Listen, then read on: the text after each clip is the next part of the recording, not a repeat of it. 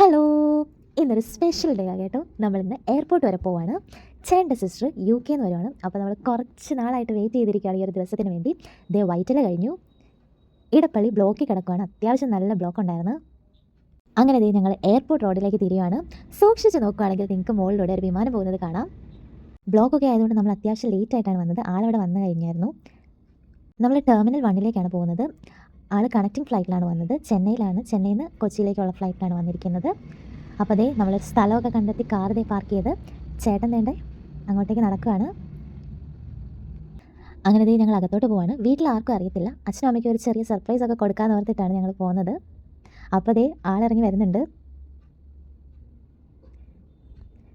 അത്യാവശ്യം നല്ല ക്ഷീണമുണ്ട് മുഖത്ത്. അങ്ങനെ ഞങ്ങൾ അവിടെ നിന്ന് കുറച്ച് ഫോട്ടോസും വീഡിയോസും ഒക്കെ എടുത്ത്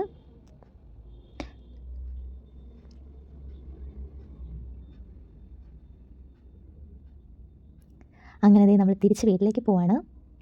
നാത്തൂൻ്റെ പേര് ഞാൻ പറഞ്ഞില്ലല്ലോ. മോയി എന്നാണ് ഞങ്ങൾ വിളിക്കുന്നത്. ആളുടെ പേര് അനഘ എന്നാണ്. ആൾക്ക് നല്ല വിശപ്പുണ്ടായിരുന്നു. അപ്പോൾ അതേണ്ട ഞങ്ങളൊരു റെസ്റ്റോറൻറ്റിൽ കയറി.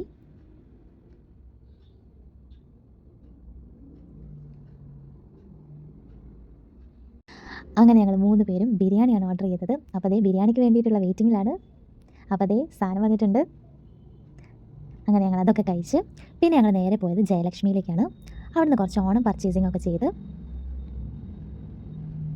ഞങ്ങളിതേ ഒരേപോലത്തെ കോംബോ ഡ്രസ്സൊക്കെ എടുത്ത് അങ്ങനെ അതും കഴിഞ്ഞ് ഞങ്ങളിതേ തിരിച്ചു പോരുവാണ്.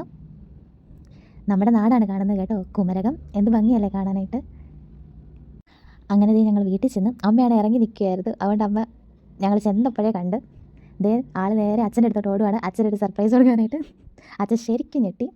അപ്പോൾ ഇന്നത്തെ വീഡിയോ ഇത്രേ ഉള്ളൂ. താങ്ക്